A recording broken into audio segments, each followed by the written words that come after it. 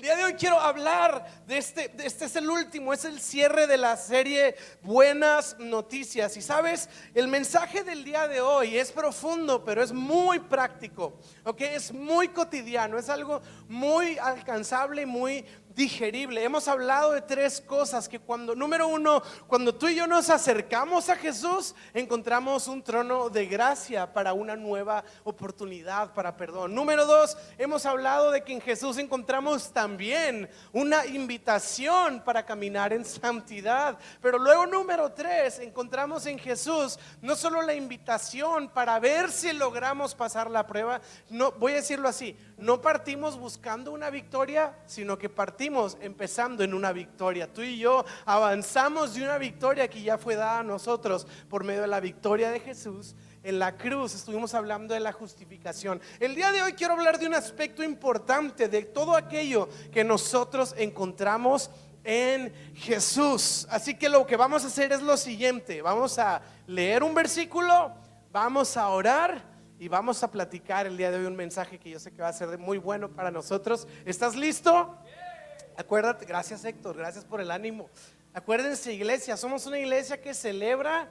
Somos una iglesia ruidosa y cuando no hay mucho ruido medio me pongo nervioso. Entonces no me ponga nervioso, ayúdeme, aunque sea de mentiras, usted écheme porras pues, ok. Entonces quiero leerte un versículo y de ahí vamos a partir al mensaje del día de hoy. Se encuentra en 1 Corintios capítulo 12 versículo 12 y es el apóstol Pablo hablándole a la iglesia y dice lo siguiente: dice, un cuerpo humano tiene muchas partes, pero las muchas partes forman un cuerpo entero. Y pues Pablo nos va a hablar de anatomía. No, Pablo está haciendo una ilustración y dice que la ilustración es esto. Dice, lo mismo sucede en el cuerpo de Cristo. Y entonces Pablo habla de la iglesia y trata de darnos una ilustración usando la ilustración del cuerpo humano. Y luego dice así, lo mismo sucede con la iglesia de Cristo. Versículo 13, va a ir todavía más específico y dice, entre nosotros, hablando de la iglesia, entre nosotros central, dice, hay algunos que tienen un trasfondo judío, otros que no tienen un trasfondo judío, son gentiles. Algunos tienen una situación laboral de esclavitud y otros son libres. Y dice, pero todos fuimos bautizados en un solo cuerpo por un mismo espíritu y todos compartimos un mismo espíritu. Pablo dice lo siguiente, que tú y yo en Jesús encontramos que Él tiene un cuerpo, lo que llamamos la iglesia.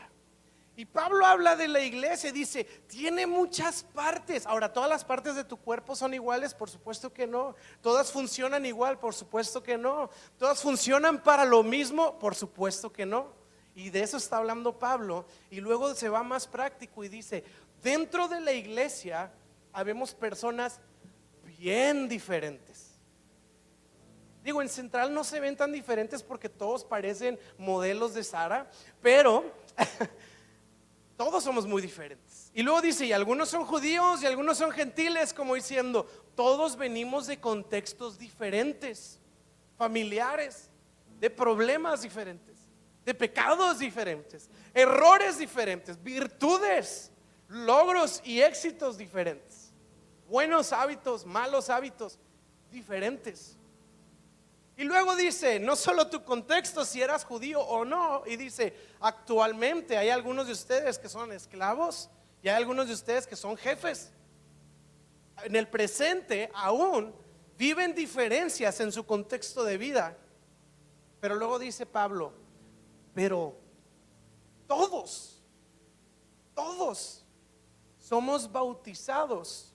Ahora, la palabra bautizados, tú y yo pensamos en el bautizo y piensas en tu sobrinito que van ahí, ¿verdad? Y lo meten en la alberquita y lo visten así como muñeca de porcelana, así, ¿verdad? Con un vestido así pomposo y lo levantan como el Rey León y está bien, eso sí es un bautizo. Pero yo quiero hablar de la palabra real de lo que bautizo significa. Bautizar significa sumergir. No solo es como que tocar tantita agua o salpicadito de agua, es sumergir.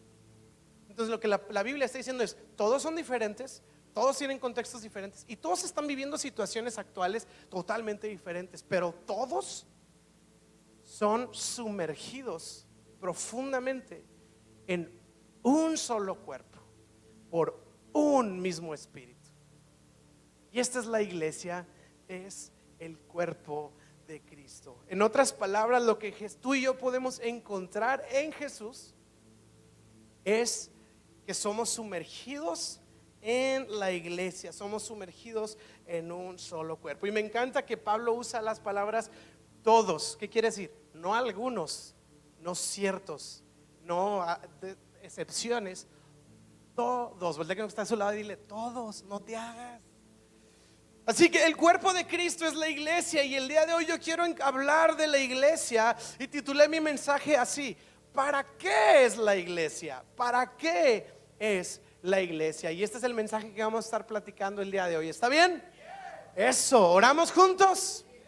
Señor, te doy gracias por tu palabra. Pido que esta autoridad gloriosa de estos versículos de tu palabra hagan algo en nuestras vidas, hagan algo en nuestros corazones, nos aviven y nos ayuden a entender mejor cada vez más tu voluntad, Señor, y todo aquello que hay en Cristo Jesús. Y todo central dice: amén. ¿Le puedes dar un aplauso a Jesús si estás emocionado el día de hoy? No me dejen.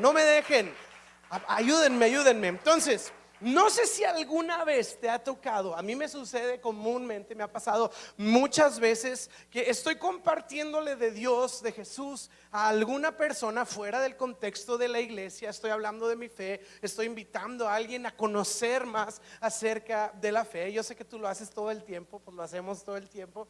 A veces hablo en fe, a veces hablo realidad. Yo estoy hablando en fe y en realidad. ¿Cuántos dicen amén? Entonces estás compartiendo tu fe, y no sé si te ha pasado, que a mí me ha pasado muchas veces, que alguien dice algo así como: pues yo sí creo en Dios, pero no creo en la iglesia.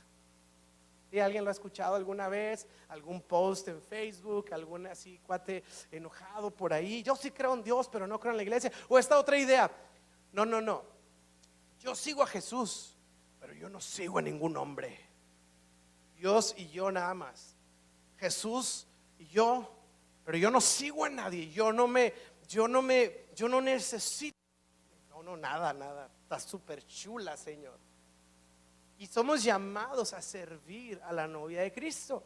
Pero lo que Pablo nos está enseñando es que, número uno, no podemos separar al cuerpo de Cristo de la cabeza, que es Cristo Jesús. Y número dos, la invitación de lo que tú y yo encontramos cuando nos acercamos a Cristo es ser sumergidos en el cuerpo de Cristo. ¿Qué quiere decir? Me pongo cuando puedo. En realidad, lo que acabamos de leer en la Biblia dice que todos, sin importar el contexto, sin importar la situación actual, sin importar de dónde vengas, te apellides, te llames, hayas hecho o no hayas hecho, somos sumergidos en el cuerpo de Cristo. Un solo cuerpo, seas quien seas o vengamos de donde vengamos. Así que la Biblia nos enseña, y me encanta, dice sumergidos. ¿Qué quiere decir?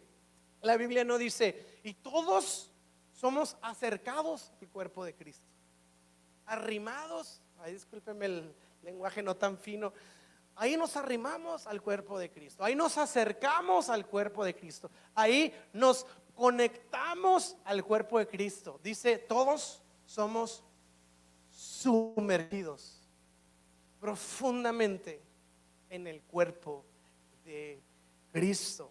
Y luego el apóstol Pablo en 1 Corintios 12, versículo 14 al 19. Hoy vamos a leer mucha Biblia, ¿está bien?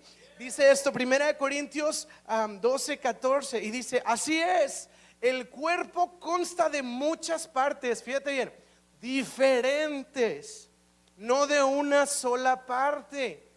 Es que el ungido del Señor, no, los ungidos y las ungidas del Señor, pero no hay una sola persona. Y dice: si el pie le dijera: no formo parte del cuerpo porque soy mano, no por eso dejaría de ser parte del cuerpo. Y si la oreja dijera: no formo parte del cuerpo porque no soy ojo, dejaría entonces ser parte del cuerpo. Y si todo el cuerpo fuera ojo, ¿cómo podríamos oír? Y si todo el cuerpo fuera oreja, ¿cómo podríamos oler? Nuestro cuerpo tiene muchas partes y Dios ha puesto cada una donde Él quiere. Y mira cómo termina Pablo el versículo 19: qué extraño sería el cuerpo si fuera una sola parte. ¿Cuántos vieron Los Locos Adams? O bueno, ahora la chaviza, Wednesday. ¿Verdad? Antes se llamaban Los Locos Adams, ahora se llama Wednesday. Y ¿se acuerdan de este personaje? Dedos, ¿verdad? Una mano rara que ve y tiene voluntad, pero es una mano ahí que anda caminando. Digo, está muy grotesca, discúlpenme las ilustraciones, pero pues ahí están los versículos. Tú sabes que eso de mano sería, o sea, imposible. Imposible, como una mano puede tener vida en sí misma separada de todo el cuerpo. Y esa es la ilustración que Pablo está dando. ¿Cómo podemos pensar que podemos tener vida en nosotros mismos si no estamos conectados al cuerpo? Es lo que está diciendo el apóstol Pablo. Y dice, qué extraño sería, qué extraño si hubiera una sola parte.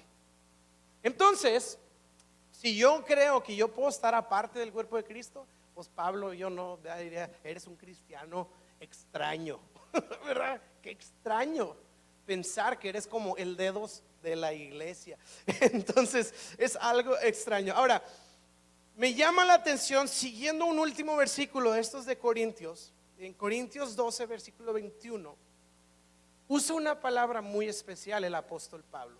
Fíjate bien, primera de Corintios 12, versículo 21, y quiero que lo veas conmigo. Y dice el apóstol Pablo en esta misma idea, dice, el ojo, ¿no lo tenemos ahí? Bueno, lo voy a leer, dice el versículo 21, el ojo nunca puede decirle a la mano, no te necesito, no te necesito. Y la cabeza tampoco puede decirle al pie, no te necesito. Y aquí el apóstol Pablo lo lleva a un nivel de funcionalmente está bien estar conectados, teológicamente está bien estar conectados, pero luego lo lleva a un punto de necesidad. Y dice Pablo que yo nunca puedo pensar que no necesito la iglesia. Ahora, eso le cae muy bien a un pastor decir, ¿verdad? Pero también un pastor nunca debe de pensar que no necesita a la iglesia. En realidad, todos nos necesitamos. No es tan popular un mensaje así, sobre todo en un tiempo actual de tanto aislamiento, tanto egoísmo y tanto autosuficiencia, y venir a escuchar en la iglesia de que no, la realidad sí necesitas de otros, después de haber escuchado que soy un campeón, que yo lo puedo lograr si me lo propongo y que todo el éxito está delante de mí, simplemente si lo pienso. Sí, sé exitoso, proponte, échale ganas, sé el Rocky Balboa de nuestra generación, súper bien, pero sí necesitamos a la iglesia. Ok, tú y yo podemos pensar, ok, pero Dios levantó a hombres, por ejemplo, como Elías. Fue un hombre que Dios levantó él solo, lo ungió, lo levantó para ser un profeta y para traer un avivamiento a la nación. Dios sí levanta a alguien como pionero solitario, así como que solo. Y en un día Elías era un campeón y hizo caer fuego del cielo y se echó 850 personas ahí para demostrar que Dios era el verdadero. Y Elías estaba como campeón hasta que ya no estaba como campeón y estaba en una cueva deprimido, con ansiedad, diciéndole a Dios, estoy asustado, mejor quítame la vida. En una terrible depresión, y en esa depresión de repente Dios le habla y Elías le dice, Señor, es que soy el único de los profetas. Y gloria a Dios, Dios le dice, mijo, usted no es el único, no se crea tan especial, tengo a muchos otros también que no han doblado su rodilla a Baal y yo los tengo preparados para seguir levantando este reino. ¿Pensabas que tú lo estabas construyendo solo? No, Señor, yo tengo a más personas. Entonces no es de que Dios levante al ungido, Dios levanta a un grupo de personas. Ahora, si vamos a pensar en alguien que podría ser solo, es Jesús. Es más, Jesús puede venir a la tierra y decir, resuélvase todo, 1, 2, 3, se resuelve y se va. Pero me encanta esta frase de John Wesley. Dice, el hombre sin Dios no puede. pero el hombre, pero Dios sin el hombre no quiere. El hombre sin Dios no puede, Dios sin el hombre no quiere. Por alguna hermosa razón en el corazón de Dios decidió hacernos parte de su historia de redención. Y Jesús de verdad no necesita a nadie. Si te dijeron, vamos, levántate, estudia teología porque Dios te necesita, la realidad no. O sea, sí, prepárate. En realidad no nos necesita, pero nos invita. Y Jesús invitó a 12 hombres, y luego invitó a 50, 120, 300, 500. Unas mujeres que sostenían su ministerio financieramente. Y tú vas a ver que en cada milagro Jesús pudo haberle hecho así, pero en cada milagro, ayúdenme a repartir las cestas, ayúdenme. Y en todo Jesús involucró a otras personas. Porque si Cristo mismo en la tierra usó a personas y juntos hicieron un equipo para avanzar el reino, pensamos que yo solo no necesito nada de la iglesia y de nadie más. ¿Te acuerdas cuando Jesús estaba en el Getsemaní antes de ir a la cruz? Y dice, mi alma está angustiada hasta la muerte. Jesús estaba pasando un problema y ¿sabes qué hizo? Fue con 12 discípulos, y, bueno, 11, ya se había salido uno de la película, y les dijo, ustedes 11, oren por mí. ¿Tú crees que Jesús necesita nuestra intercesión? Pero en ese momento Jesús de vulnerabilidad abrió su corazón y dijo, necesito que oren por mí en este momento. El apóstol Pablo numerosas veces le escribía a la iglesia, necesito que estén orando por mí porque estoy en prisiones. El famosísimo Martín Lutero le escribió una carta a la iglesia reprochándoles y les dijo básicamente, estoy escondido aquí y debería estar fervorosamente traduciendo la Biblia al alemán para que todos tengan acceso a ella, y en lugar de eso estoy en pereza, estoy ociosamente haciendo nada porque ustedes no están orando por mí. Es su culpa de ustedes. Y yo le escribiría otra carta a Martín Lutero y le pondría otras cosas, póngase a jalar. Pero él entendía que mucho de lo que él estaba participando dependía de todos los hermanos, el cuerpo de Cristo que estaban con él en la batalla.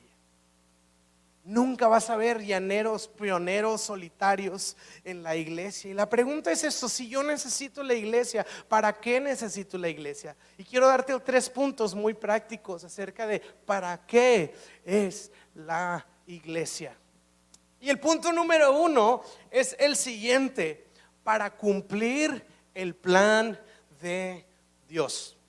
Para cumplir el plan de Dios. Es muy importante que no es nuestra idea, es la idea de Jesús, y que Jesús estableció que Él utilizaría a la iglesia para llevar a cabo sus propósitos. Después de que Jesús ascendió y dejó a sus discípulos, vamos a ver que todos los milagros, que todos los avivamientos y todo lo que sucedió a partir del libro de los Hechos siempre sucedió en el contexto de la iglesia, y de la iglesia avanzando, y de personas de la iglesia extendiéndose y apoyándose para extender el reino. Tanto así que el libro de los Hechos básicamente es el libro de la iglesia naciendo.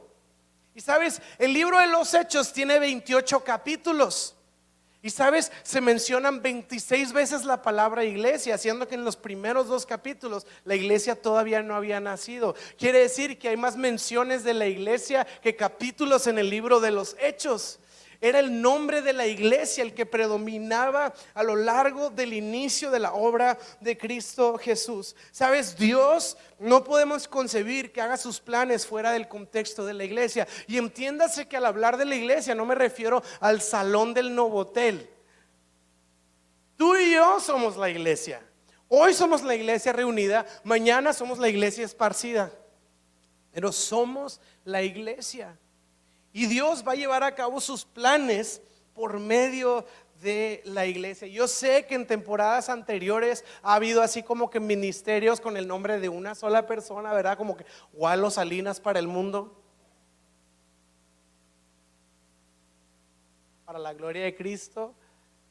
Gualo Salinas Internacional, Gualo Salinas Ministerios de Gloria y de Poder, y voy a hacer mi gira y mi tour alrededor del mundo, y si tan solo tocaran el borde de mi saco, bueno, ahora es de mi chamarra relevante, libres serían. Y yo sé que en una temporada se puso de moda estos ungidos o estas ungidas de Dios, pero en realidad no es el nombre de una persona, no es la unción de una persona, es la comunidad de la iglesia, la comunidad del pacto, la que Dios usa para llevar a cabo sus planes y sus propósitos. Si tú quieres ser parte de lo que Dios quiere hacer, va a ser a través de la iglesia. Efesios 3, versículo 10, y quiero que lo veas conmigo para que no pienses que es algo que aquí yo te estoy diciendo. Dice: el propósito de Dios con todo esto fue utilizar a la iglesia para mostrar la amplia variedad de su sabiduría a todos los gobernantes, autoridades invisibles que están en los lugares celestiales. El propósito de Dios, hablando de todo lo que Jesús va a hacer, dice, es utilizar a la iglesia.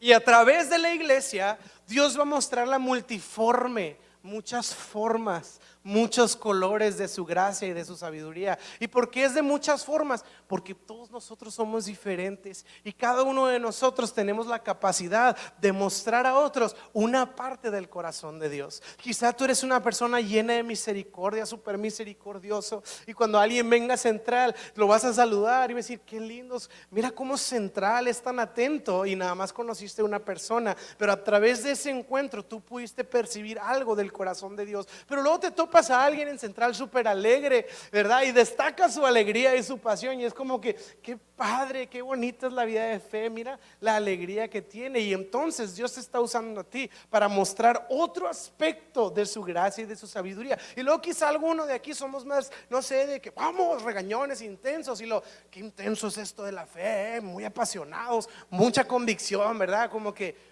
Dios sí se la toma en serio, ¿verdad?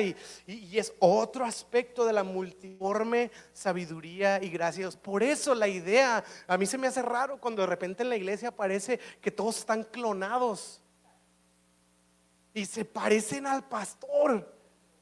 Igual, hasta se visten y se cortan el pelo igual que el pastor, y se fajan igual que el pastor, y usan las mismas botas vaqueras o no sé, o sea, así idénticos. Yo digo, no, porque se están perdiendo ahí las otras expresiones de la bondad y la gracia de Dios. No tenemos que ser iguales. Lo que nos une no es que somos iguales y cantamos igual y nos gustan las mismas cosas. Lo que nos une es Cristo Jesús. Entonces, Dios va a hacer esto a través de su iglesia, y el punto es este: si tú quieres vivir el plan de Dios en sus propósitos, para esto es la iglesia. Número 2, ¿para qué es la iglesia? Segundo punto, y ahí te va, este está sabroso: para crecer y madurar espiritualmente. La Biblia dice que Jesús usa a su iglesia para que todos nosotros crezcamos, y crecimiento se oye bien, ¿verdad? Pero luego cuando te dicen a alguien, oye, tienes que crecer en esto, ¿verdad? Es como, sí, voy a leer libros de productividad para ser mejor. Pero cuando alguien te dice, tienes que madurar, hasta suena un insulto, ¿verdad? Es como que me estás diciendo inmaduro. Y yo no le estoy diciendo inmaduro a nadie. La Biblia nos está diciendo a nosotros. Porque el lugar en donde tú y yo crecemos y maduramos, la Biblia dice que es en el contexto de la iglesia. ¿Y cómo es posible esto? Y ahí es donde algunos como que no captan esto, y necesitamos tener la perspectiva correcta. Yo llego a mi casa y oro a Dios y digo: Padre nuestro, tú estás en los cielos, santificado sea tu nombre, hágase tu voluntad aquí en la tierra. Perdónanos nuestras ofensas, como también nosotros perdonamos a los que nos ofenden. Está muy padre esa oración. ¿Cuándo se va a volver realidad en tu vida y en mi vida? Pues cuando me ofenden. Y entonces una cosa es hablar del perdón un domingo. Una cosa es hablar de la misericordia un domingo. Una cosa es hablar, no sé, de una vida, pasos de fe un domingo. Y gloria a Dios, amén, aleluya. Y la canción y la lágrima. Y está súper bien, no tiene nada de malo eso. Pero quiero que sepas que va a haber un día en donde esas predicaciones y esas verdades de la Biblia se van a poner a prueba. ¿Y es para qué? Para crecer y para madurar. Y no siempre va a ser como que una prueba externa, a veces son internas.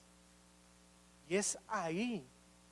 Alguna ocasión en una iglesia en la que yo estuve allá en Saturno, tuvimos una plantación en ese planeta, no funcionó, pero hubo un detalle y había un problema entre varias personas. Y pues a mí no batalla uno, vean, nada más les hablas a todos. Porque es que me dijo, no, pues vénganse todos, siéntense. Es que ella dice que tú dices, usted dice que tú dices, él dice que tú y entonces ya de una vez, ¿verdad? Y empezó la batalla campal. Es que tú, es que no es cierto, es que sí es cierto, es que no es cierto, es que yo dije lo que tú, pero no sé qué, y 10 de mayo, y no, el 10 de mayo para ti, y todo lo que estaba pasando ahí. Y yo nada más oyendo, ¿verdad? Así con palomitas en la mano, con cara de wow, la administración, pero wow. Y entonces llega un punto donde digo, ok, ya se dijo todo lo que se tiene que decir, ya se habló lo que se tenía que hablar, ya se abrió lo que se tenía que abrir. El asunto es esta es la oportunidad perfecta para vivir el evangelio. Este es el momento. No fue la prédica del domingo pasado ni el congreso que viene en varios meses. Este es el momento en el que tenemos todos nosotros la oportunidad de poner en práctica lo que hemos oído y lo que hemos creído, para que pueda ser una convicción de vida y no solo una información en la mente. Entonces para eso Dios usa la iglesia. Y quiero que veas conmigo esto. Efesios 4 versículo 12, el apóstol Pablo lo sigue enseñando. Efesios 4, 12 dice lo siguiente. Dice, ellos, hablando de personas que tienen el propósito de ordenar la iglesia, dice, tienen la responsabilidad de preparar al pueblo de Dios para que lleve a cabo la obra de Dios y edifique la iglesia, es decir, el cuerpo de Cristo. Versículo 13. Y dice, este proceso, diga conmigo proceso, este proceso continuará hasta que algunos ungidos alcancen, no dice, hasta que todos alcancemos tal unidad en nuestra fe y en el conocimiento del Hijo de Dios, que seamos maduros en el Señor, es decir, hasta que lleguemos a la plena y completa medida de Cristo. El lugar de la iglesia, ¿para qué sirve? Para crecer y para madurar. Y obviamente sí hablamos de cursos y clases bíblicas y teología, pero también hablamos de la vida cotidiana, las oportunidades de poner en práctica todo lo que hemos escuchado y todo lo que hemos creído. La iglesia tiene imperfecciones, la iglesia tiene errores. ¿Sabes por qué? Pues porque la componemos personas.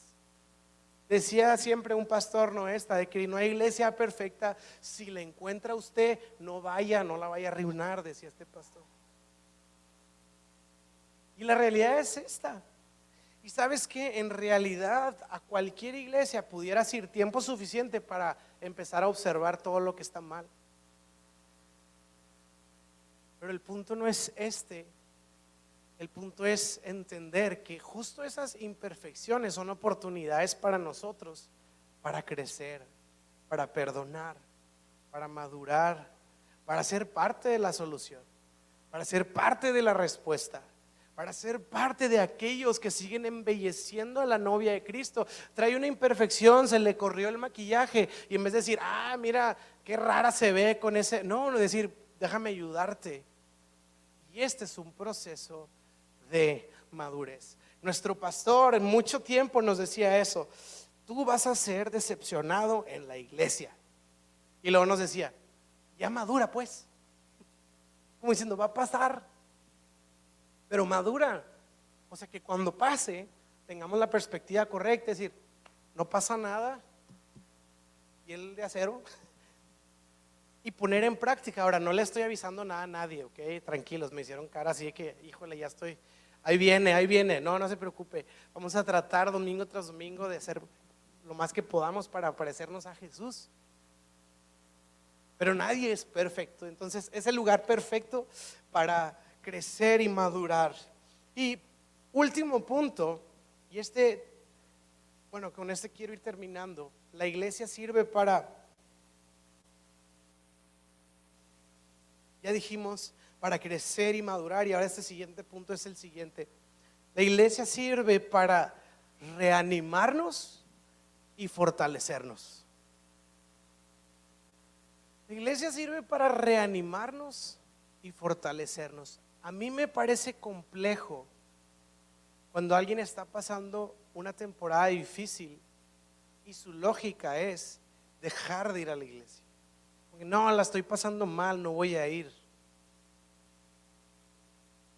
Y es como estar en medio de una fogata y ser un carbón que medio que se está queriendo apagar, y que la lógica fuera, pues me voy a separar de los demás carbones para resolver el asunto, cuando en mi lógica sería, no, al contrario, acércate más para reanimarte y fortalecerte, para que el fuego de alguien más te ayude a recobrar calor, a recobrar intensidad, a volver a entrar en fuego.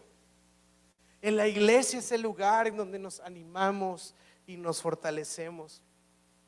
Hebreos capítulo 10 versículos 24 dice lo siguiente, quiero que lo lean conmigo. Hebreos 10 dice: pensemos en maneras de motivarnos unos a otros al realizar actos de amor y de buenas acciones. Y dice: no dejemos de congregarnos como lo hacen algunos, sino que animémonos unos a otros ahora que su regreso está cerca. Y Pablo está diciendo: hey, no dejen de ir a la iglesia, júntense, motívense, anímense unos a otros, porque tenemos una promesa de que Cristo va a volver y va a venir por su iglesia.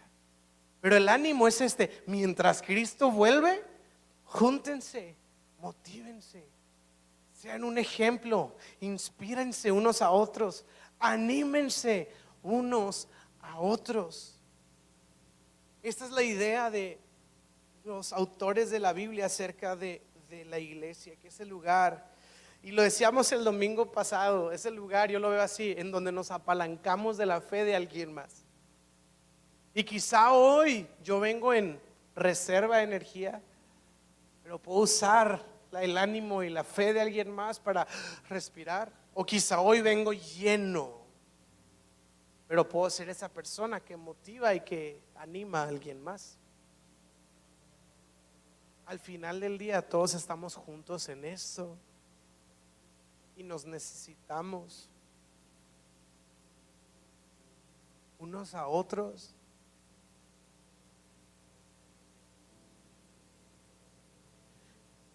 Ahora que estuvimos en el proceso de salud con Aria, que gracias a Dios ya pues el panorama, estamos caminando en victoria y todavía en procesos ahí de control, pero nada más de supervisión, pero ya fuera de todo lo que estuvimos viviendo. Pero algo que sucedió es que yo estaba en el cuarto de ahí del hospital, estábamos Aria y yo, y entra una mujer, y esta mujer me dice: soy del departamento pastoral. Y yo dije: caray, ¿cómo que el departamento pastoral? Pensé que me venías a cobrar, ¿verdad? Y me dice: no, nosotros acompañamos a la gente en su proceso y venimos a dar palabras de ánimo, a acompañar a la gente. ¿Ustedes son tienen alguna fe o alguna religión? Y le digo: somos pastores, mi esposa y yo. Y luego ella le hace: no hombre, no, pues súper bien, pues ustedes ya saben, ¿verdad? Pues muchas gracias, pues qué bendición, qué bueno, pues ya no necesitan nada, que Dios los bendiga. Y literal ya está volteando para irse. Y le dije: disculpa, y voltea y le digo: ¿quién te dijo que no necesito? Se quedó la señora y me quedé platicando con ella. Y le dije: ¿qué onda con lo que tú haces? Sí, mira, nosotros somos católicos y nosotros empezamos esta iniciativa, pero ustedes son pastores. Como que ella repetía, como que ustedes ya están bien, no necesitan. Yo le dije: no sabes cómo me está animando todo lo que tú me estás compartiendo. sí necesito. Y le agradecí mucho acompañarme ese ratito que estuvo ahí con nosotros. Me inspiró, y le voy a decir la verdad, hasta me humilló. Me sentí muy retado por el ministerio que ella tiene y el compromiso de servir al prójimo que ella tenía. Hasta mientras me platicaba le iba a decir, no se crea, no soy pastor. Es más, me estoy dando cuenta que ni en Dios creo ahora que usted me está platicando todo lo que usted hace. Pero dio por hecho que yo no necesitaba. Todos necesitamos. La realidad es que pasamos por luchas, pasamos por pruebas, a veces caídas involuntarias, a veces caídas voluntarias. A veces son errores, a veces son pecados, a veces son tentaciones, a veces son victorias, a veces son celebraciones. Pero dentro de todo esto, la realidad es que Dios diseñó a la iglesia para que nos tengamos unos a otros en medio de todo esto. Gálatas 6, versículo 2. Quiero leer 2 versículos para terminar. Gálatas 6, versículo 2. Y mira lo que Pablo le dice a la iglesia. Gálatas 6, 2. Ayúdense a llevar las cargas los unos de los otros y obedezcan de esa manera la ley de Cristo. Ayúdense a llevar las cargas los unos de los otros. Y luego versículo 6, capítulo 6, versículo 10, Gálatas, y me encanta esto. Pablo dice: por lo tanto, siempre que tengamos la oportunidad, hagamos el bien a todos. Y luego hace una cláusula especial, en especial a los de y me encanta esa palabra, familia de la fe. ¿Sabes cuál es la particularidad de la familia? Que si yo tengo imperfecciones y usted nota algunas, ¿sabe quién las sabe más? Mi familia. Y usted igual ve 2, 3 cosillas ahí, igual y ni una. Dice, este hombre, no se cree. Pero si le preguntara a Andrea, ¿cuáles son los defectos de Walo? No, hombre, ¿verdad? Un libro así. Mi familia la sabe. Y no por eso, no por ser imperfecto, deja de ser mi familia. Porque hay un vínculo que me une. Y si un día Andrea me ofende, no por eso, ya no eres mi familia. O sea, literal, yo no sabía que sucedía porque salen las caricaturas y en los memes. Pero así un día Aria nos estaba haciendo un coraje y nos dice: ya no voy a ser su hija. Y yo, oh no. Oh no, ya lo dijiste. Y volteé a ver a Andrea y me dio risa. Le dije, literal, o sea, si hay un punto en el que los niños lo dicen, ¿verdad? ¿Cómo te explico que es imposible que dejes de ser mi hija? Está bien, te caí gordo ahorita, está bien, pero eres mi hija. Y no hay nada que tú puedas hacer para que cambie eso. Y lo que está diciendo aquí el apóstol Pablo es que tú y yo somos familia por medio de la fe que tenemos en Cristo Jesús. Y puedo ver tus imperfecciones, puedes ver las mías, puedo caerte bien gordo, puedes caerme bien gordo, puedes hartarte de mí y puedo hartarme de ti, yo también, ¿verdad? Y puedes desesperarte y puedo desesperarme. Y puedes no querer verme y puedo no querer verte, ¿verdad? O yo no tengo ese privilegio. Pero seguimos siendo la familia de la fe. Y aquí la idea es que podamos ayudarnos, que podamos animarnos, que podamos motivarnos, que podamos estar el uno para el otro, diferentes situaciones, diferentes circunstancias, pero siempre juntos. ¿Por qué no te pones de pie conmigo? Y quiero decirte esto: nunca en la historia del Nuevo Testamento la iglesia se expresa como una carga. La iglesia nunca debería ser una carga. Número 2, la iglesia tampoco es una obligación. Número 3, tampoco la iglesia es tu trabajo. Es que yo voy ahí al montaje, de eso se trata de hacer la iglesia. No, la iglesia no es el trabajo, no es la carga, no es el requisito, no es el castigo, no es el ticket para el cielo. No dejemos que el enemigo ponga estas ideas en nuestro corazón y nos haga sentir una carga en la iglesia, quiero decírtelo así: la iglesia es un regalo de Dios para todos nosotros, para que en esta aventura de fe podamos caminar acompañados de una familia. ¿Cuántos pueden darle gracias a Dios por la iglesia?